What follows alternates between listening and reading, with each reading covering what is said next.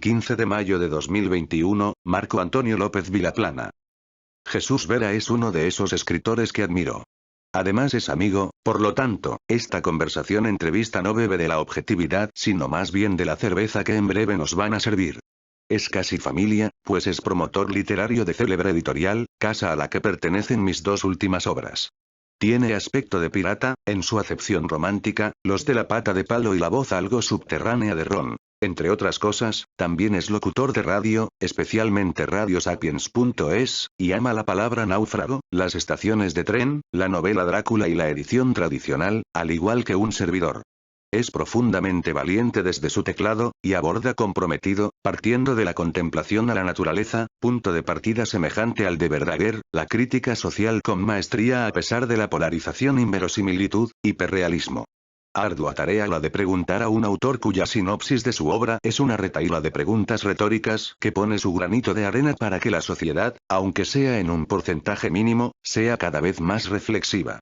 La segunda edición de su obra, libro de relatos, y yo añadiría también de poesía, Náufrago en la ciudad, está a punto de ver la luz.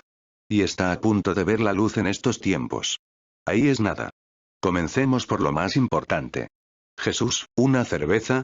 Sí, pero sin alcohol, que ya empiezo a tener una edad en la que todo son teclas, ja, ja, ja.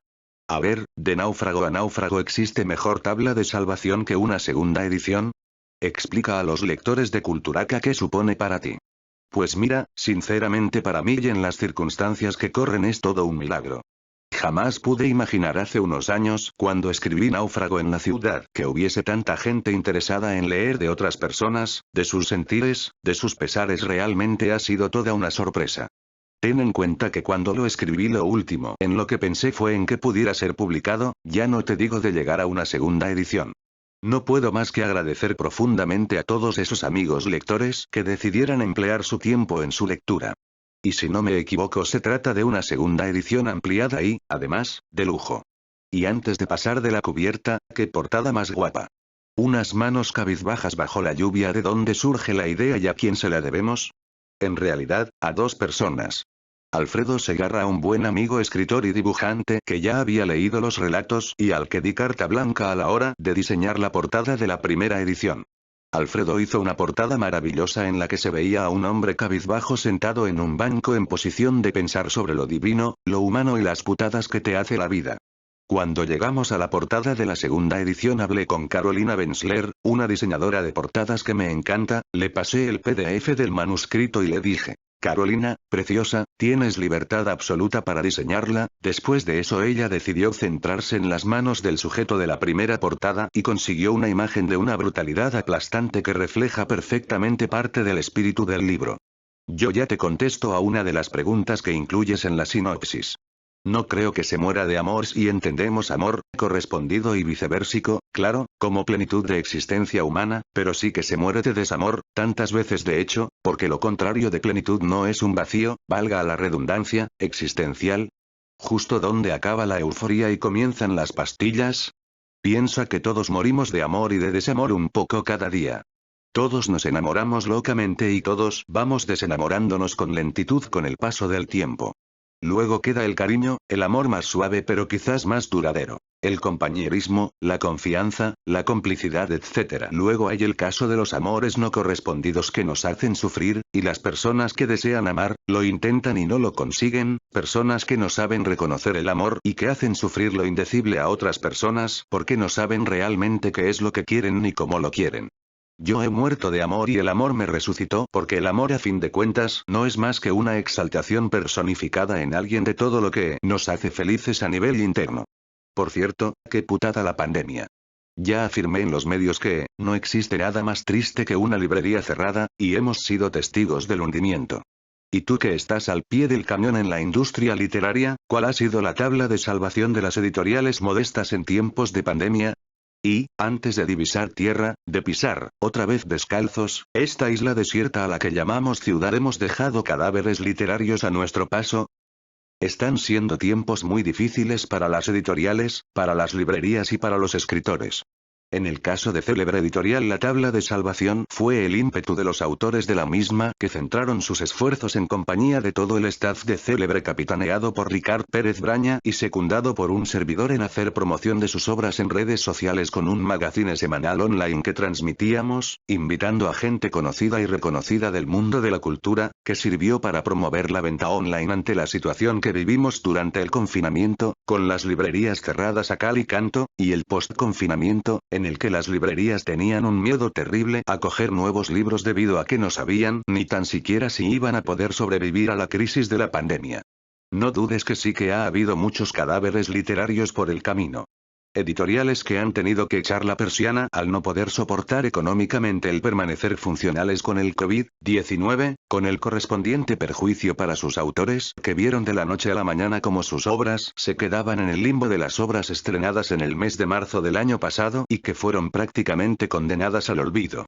Pero aprovechando que en buena parte de tus más de 70 historias queda patente la desazón que dejó la crisis económica del 2007-2008, aunque ya hemos dicho que se añadirán capítulos nuevos, te has planteado en esta nueva edición de Náufrago en la Ciudad revisitar algún relato dada la crisis económica, social y por vez primera en masa, psicológica, que nos ha traído esta nueva crisis?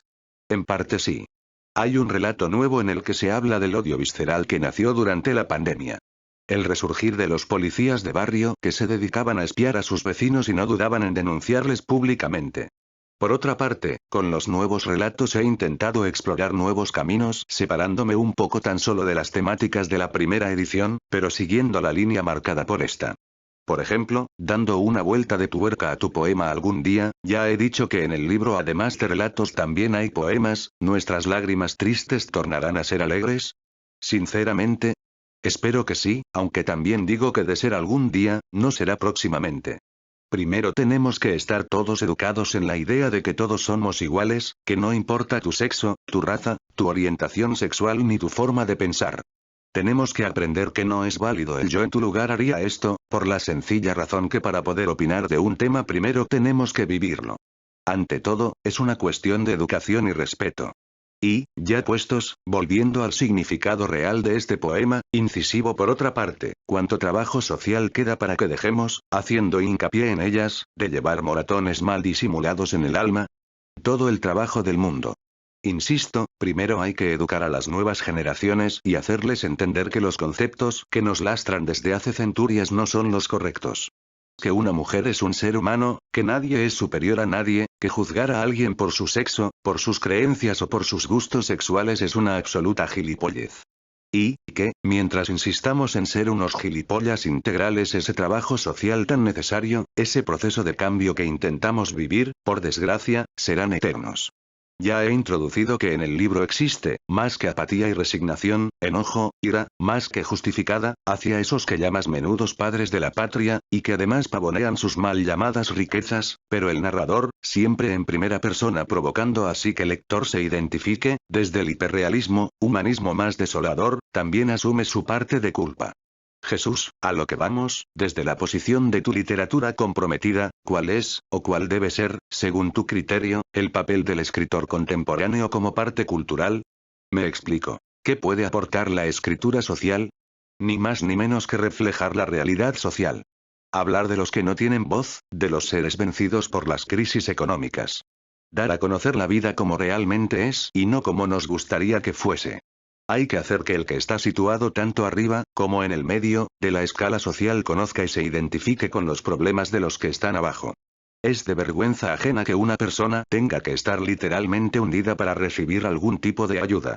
El trabajo de esos padres de la patria tiene que ser que no se tenga que llegar a ese punto, que la gente tenga una tabla de salvación que no pase por el endeudamiento de por vida reconociéndolo en un desahucio judicial para poder acceder a algo tan básico y en teoría invulnerable como es el derecho a una vivienda. Por otra parte, es de juzgado de guardia que mientras vemos a gente comer literalmente de lo que rescatan de los contenedores de la basura, veamos también cómo precisamente los que deberían velar por esa gente, velan realmente por los intereses de los más ricos. Parece que ahora empiezan a soplar nuevos tiempos, pero también vivimos el resurgir de antiguas ideas como las de Vox que, sinceramente, me dan miedo, mucho miedo, porque, se aprovechan del malestar de la mayoría y de su incultura para vendernos una moto que no es ni mucho menos la que deberíamos comprar. Y dada la cada vez más exagerada polarización de la sociedad, por supuesto urdida por el sistema, ¿qué coño es ahora lo políticamente correcto? Buena pregunta. Hoy en día nada es políticamente correcto. Si hablas, malo. Si te callas, peor. Si haces, porque haces si no haces, pues más de lo mismo. Todos se sienten ofendidos por algo, todos juegan a la intransigencia en defensa de sus ideas y nadie ejerce el viejo arte del respeto. Al final uno simplemente decide ser precisamente eso, uno mismo. Y mandar al carajo a los ofendiditos y a los que llevan lo políticamente correcto a unos límites en los que el sentido común es el menos común de los sentidos. Mientras insistamos en ser unos gilipollas integrales, el trabajo social, tan necesario, será eterno. Opino como tú que se puede vestir con pulcritud a pesar de los viejos ropajes, y también envidio la intensidad del vagabundo pero, precisamente por ello, ¿por qué el narrador aún no ha alcanzado la plenitud en el rostro? El ejercicio de la propia contemplación de sus, dijéramos, desarraigados personajes, ¿se lo impide? Porque para alcanzar la plenitud, para valorar realmente lo que cuenta en cada relato, antes tiene que vivirlo, saborearlo, tanto el dulce de la miel como el amargo de la hiel que nos ofrece esa existencia a la que llamamos vida. Para valorar lo que tenemos antes hay que perder lo superfluo, eso que en su momento nos parecía tan importante, y darse cuenta que a fin de cuentas lo realmente importante es vivir cada momento en su compleja simplicidad. Una sonrisa, un abrazo, una mirada, un sentimiento, son 1000 veces más importantes que todas las posesiones del más rico de los mortales. Una pregunta muy, muy, personal, pero como práctico voyeur debo hacértela y lo quiero saber, ¿sufres al meterte en la piel de tus personajes? Al igual que me ocurre, ¿tu escritura es dolorosa? Sí, lo es. Por suerte o por desgracia tengo la suerte, o la maldición, según se mire, de empatizar con mis personajes. En cada relato soy el gay despreciado, la mujer maltratada o el inocente masacrado. Siempre intento meterme bajo su pellejo, sentir lo que ellos puedan sentir, siempre bajo el prisma de mi personalidad que, quiera o no, descompone la luz de sus vidas en haces de colores, remarcando siempre la vibración más cercana a ellos. Quiero decir, que opino que toda escritura es biográfica, y sé que tu obra nace, y no lo digo yo sino nuestro amigo en común Ricard Pérez Braña, de las vivencias propias. Y él mismo te traslada esta pregunta. ¿Cuál de los relatos te fue más difícil de escribir por aquello de afrontar de nuevo vivencias poco agradables y por qué? Sin lugar a dudas la sección de memorias de una crisis. Poca gente sabe que ese apartado del libro fue un inicio de proyecto para una novela.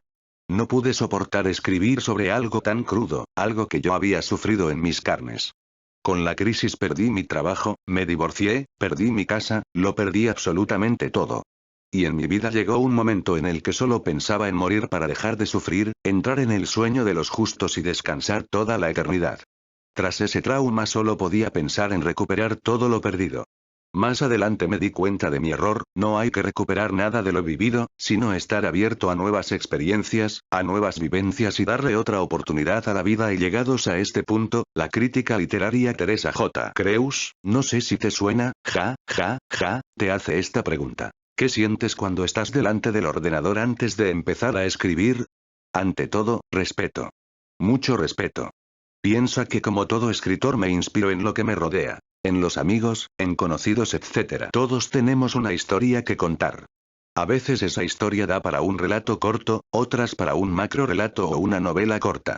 En otras ocasiones como subtrama de algún relato, sea este de la medida que sea, y todos y cada uno de ellos se merecen que esos retazos de su vida sean valorados, respetados y tratados con todo el cariño que yo pueda aportar.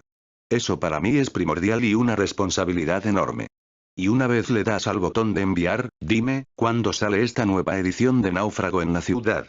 Pues si los hados y la pandemia lo permiten, en algún momento del mes de mayo. Tocaremos madera porque así sea. Deseando releerlo. ¿Qué? ¿Otra birra? Náufrago en la ciudad. jesusveramedia@hotmail.com